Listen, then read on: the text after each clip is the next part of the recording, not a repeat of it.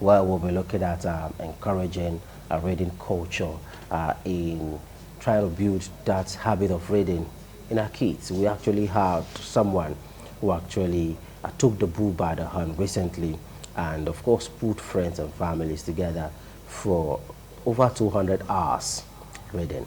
I was actually sharing with somebody last night as we were preparing to have this interview. I said, those days we had just one lantern in the house. Some people just even have candle, and they still read and pass exams. But these days, with the numerous alternative sources of power supply that we have, inverters everywhere, different kind of solar panels mounted in houses, almost virtually every house in those states or in Nigeria, as it were, have alternative source of light. But people still don't read.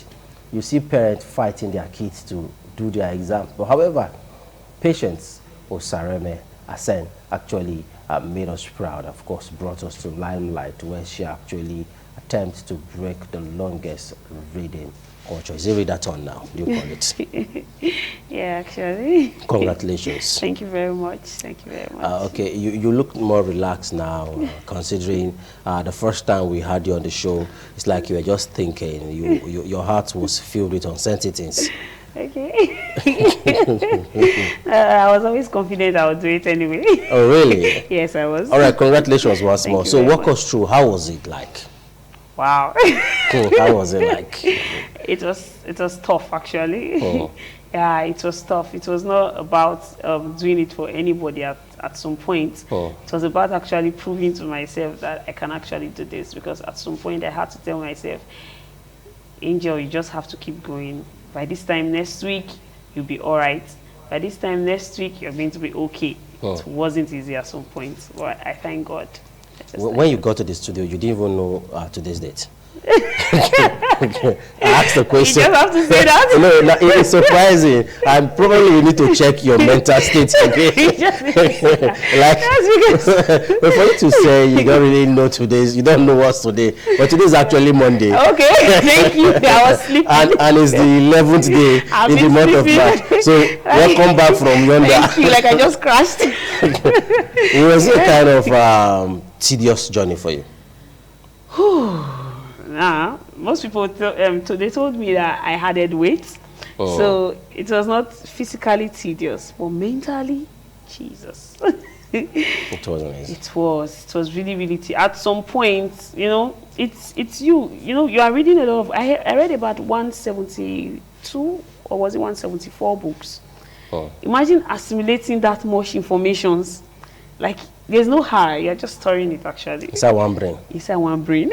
And some of the pages of these books, maybe 100 page, 50 pages. Voluminous. So brain activity was, I thank God. I just keep thanking God. But it impacted you somehow. Wow, yeah, a lot. Recently, I was having a conversation with my manager, and I can't remember what we were actually talking about, and then something just popped up, and he was like, you read about this thing? I was like, oh wow. Oh really? So, yeah. So in your conversation now, some kind of line of thoughts, of course, comes up from those. Subconsciously, it's there. So that's what reading can actually do. It's not like it was wasted. No knowledge is wasted. So what were the problems you encountered? I think I know one of them was you starting all over after reading for over 50 hours plus.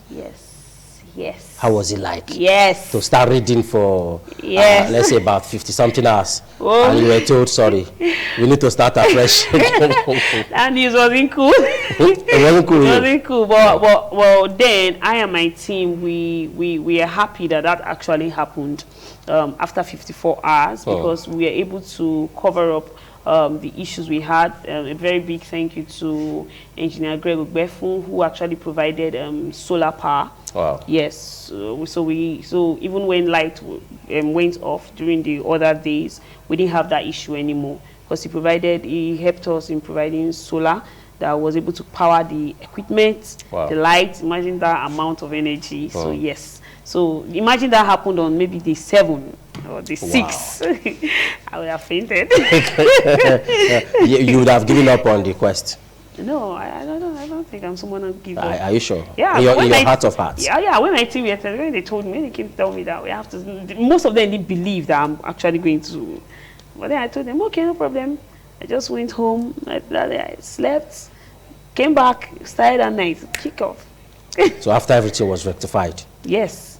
So my team, they were very fast, you know. Basically, they called Engineer Greg and sent the solar people down, just fixed everything, and then went up.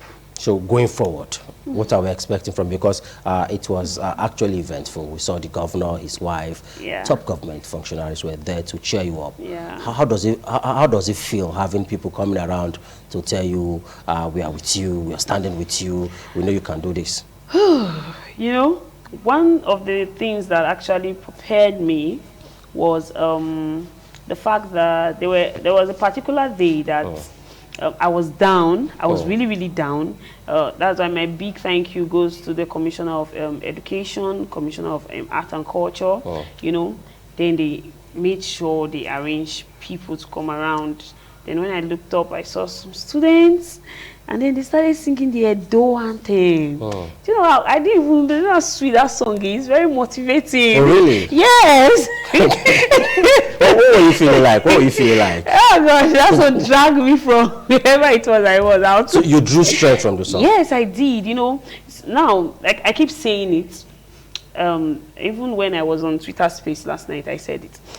It is not the Guinness for me. Guinness is just the platform I'm actually using. There are a lot of things. Edo in the whole 36 states, Edo is not that big that we should not be able to contribute as a people and as a person. So this is just my own little way of saying, okay, let's come back home. Let us build reading culture. And it was really nice when I raised up my head and I saw students from different schools. You know, they were not just coming as fashion, but they were actually listening. A lot of them had questions, and when they were interviewed, a lot of them, they said they were motivated. I received a lot of gifts from these students. Wow. Yes, like personally, they came to me. Some did a frame, some drew me while I was reading. Wow. You know, those things, at some point, I got so emotional. I was crying. You didn't know this was happening? I didn't know. And they even organized a surprise. You know, they were just there. Oh, God. You know, it was not even about the people I was seeing, but those students, they really, really touched me. To an extent, now you are a role model to them. Of course. So what are your plans for them? Okay, like I was discussing with my manager yesterday, we are not just sitting, we are going out stronger, because this is an opportunity for us to be able to draw these kids in. Like my manager was telling me, they need the Chimamanda of Edo State. So this is the time to actually tell them that, okay, if Angel can read, because there was something they were saying, if Angel can read, I can read. If Osariemen can read, I can read. So one of the things we did was actually to donate the cubicle I use in reading. We donated it to the library. Okay. Yes. So anybody coming there to read and you feel like, okay, maybe you are preparing for an exam and you can, when you look at that, you know somebody was there for over 200 hours reading. So why are you not reading? So one of the projects we are doing is actually to go to schools.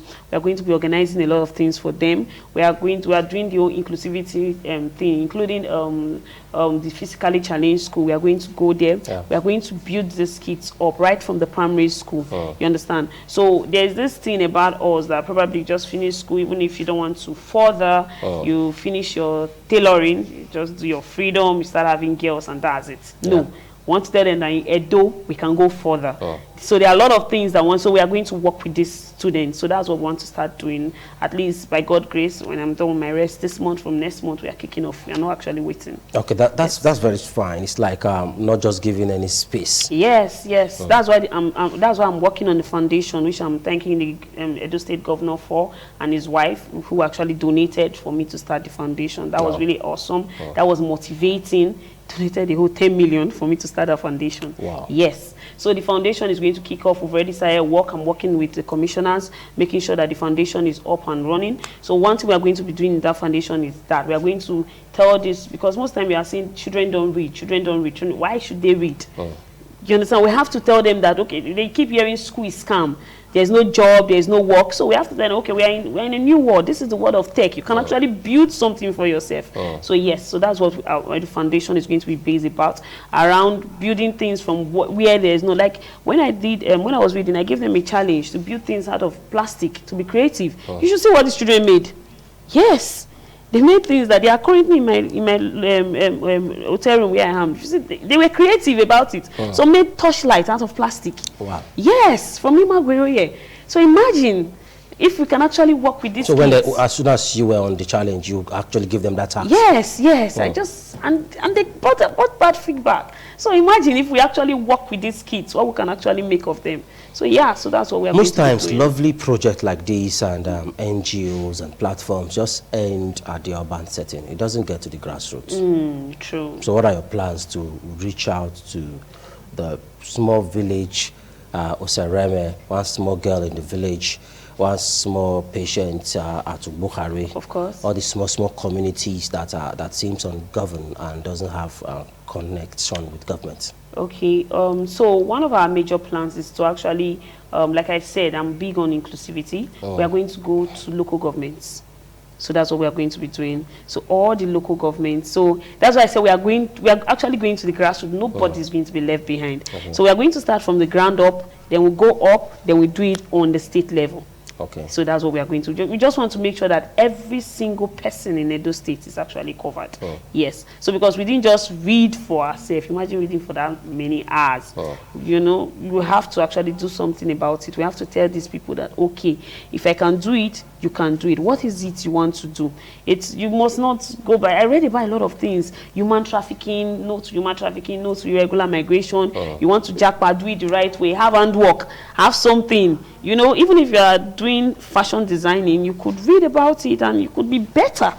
That's what so whatever you are into, yes, you can at least have materials to read about it. Of course, that was what I was discussing yesterday on the Twitter space. I was like, imagine what differentiates a fellow doctor from another doctor is the knowledge that you guys go to the same medical school, and is that distinct knowledge.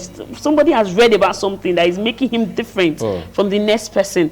So we could do that with everything we are doing, even if you don't want to be the elaborate engineer, the elaborate doctor, the elaborate mechanical whatever. You understand? In your own little space, in your niche, you could be great. So that's what we want to do. You've submitted your review to GWR.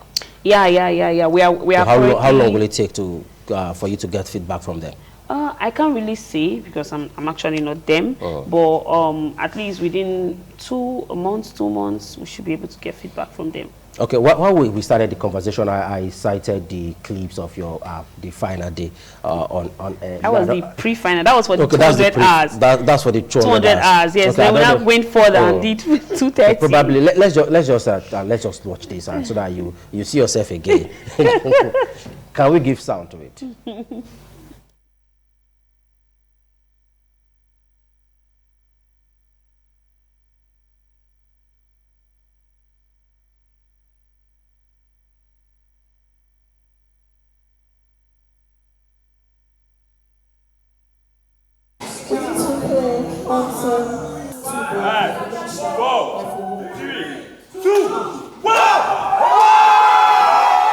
At about 6 a.m. on Wednesday, 6th of March 2024, jubilation rent the air the moment the clock hit 200 hours, indicating that Osariemen Angel Asien has successfully reached the finishing line of Read-A-Thon Guinness World Record attempt. Her friends and supporters expressed joy at the turnout of events in the last days, urging her on to more hours. This has been a marathon. I followed the young lady. Sometimes I used to wake up in the middle of the night to watch her read, and you can see the determination of a young lady. As she stands just now, she can hit 400, and we are still counting. One thing I would say that we have successfully achieved is promoting and projecting the reading culture in Edo land. The Upper Sakomba girl has just broken the record. Fielding questions from journalists for the first time in about 10 days, an elated Osariemen Angel Asien says a victory is for the girl child. It's still like a dream to me personally. The reason for my reading is a campaign against human trafficking, against irregular migration, and for the girl child. I want a girl child to see this as an opportunity for them to be bold. And this also goes out to everybody, including the male force. We can survive anything. Osariemen Asien has crossed the 200 hours. And on the clock right there, it is 203 hours already. And she's still very strong and looking up to reach an additional 30 hours, if not more, if she can. From the venue of the Read-A-Thon here in Benin City, Favor Usaro, RTV News. Some of your supporters actually said you can do 400 hours. 600 hours. Actually, they had to tell me to stop. but the major fear now is, you know, we have Nigerians and Africans all over the globe. We have people who like attempt that is yet to get clarification. Before you know now, you've done this, maybe somebody from another Somebody place. started while I was doing it. Oh, really? Yeah, in Ghana. While you were on? Yeah, while I was on.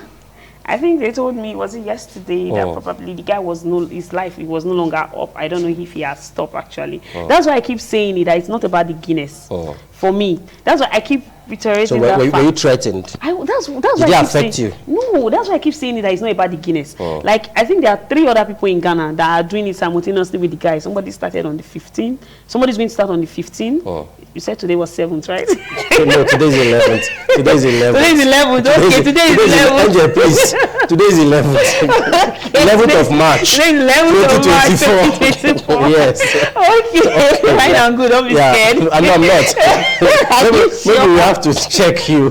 We tell your team to bundle you to UBTH. I am very much okay. Are you sure? Yeah. Okay, today is actually 11th. Okay, somebody is starting on the 15th. Okay. Actually. So that's why I keep saying it's not about the Guinness. We are submitting to Guinness for the approval and all of that. But that's why I said we are starting work immediately. This is for it is for my people. It is for my home. The things I read about, at some point when I was reading, I usually get emotional because these are stuff that we've gone through. Is it about human trafficking? Right? Is it about irregular migration? You know, these are things that personally, one way or the other, one of your family member has actually, you've gone through the pain of it. Yes, I had a brother that actually gone through Libya. He was deceived, you know, human trafficking. And for months, I and my family, we know what we went through. There was that particular, in December, when we were crossing over to the new year, it was terrible for me. I was shedding tears. The only thing I was praying for while crossing over was, God, let me just hear from my, we didn't even know if he was alive or dead. Let me just hear from my brother. So now these things, most things I read about, they were personal to me. So that's why I was saying it is not, and there are a lot of family that have actually gone through that. So yes, so it's not about the Guinness for me. It's about what we can do. That's why I said it's a platform. Anybody, in fact, it was even nice knowing that, okay, maybe probably you did something, and because you did it, people are motivated to actually come and do it. It's a good thing, it's not a bad thing. Let's talk reality now. Let's talk realities. You know, you have actually gone through this process. Your level has changed. But sorry, you're just shouting. It's not because of you. It's because, let's talk reality. Your life has changed. For about 10 million naira somewhere for you to start up a foundation. I know you never saw that one coming. No, I didn't. Probably you've never made up to 10 million naira in your lifetime before. Have you? No, I've not. But you have 10 million somewhere. Somewhere. Though it's not your money. It's not my money. It's for the run a foundation, please. The other persons have been reaching out to you. Yeah, good Edo people, of course. Good people, not just Edo people. They have. A lot of people want to buy. I think during my Twitter speech yesterday, they were talking about partnering with me about the old school teams. Yeah, a lot of people want to partner because now there were some Edo people on that platform. And then a lot of people were like, okay, fine. We make these things. Edo people that are sound, they leave. They go out there and they are doing the jackpa and they are doing good. Now, where about the ones at home? Who is coming to the upper girl? Who is taking that upper girl and saying, okay, there's something you can dream about? If you go to other states, you know there are a lot of scholarship out there. That's true. How many of our Edo children are actually applying for this? In Lagos, you see kids. They know that this particular scholarship comes out at this particular time. They start building their profile just for that particular scholarship. Now, do we do this here? These are things we have to groom our kids for. But when I was asking during my reading that how many of us know about the United Nations Sustainable Development Goals, they were like, they've not heard of it. Why? You understand? Orientation. Yeah, you understand. They need to be oriented. They have phones.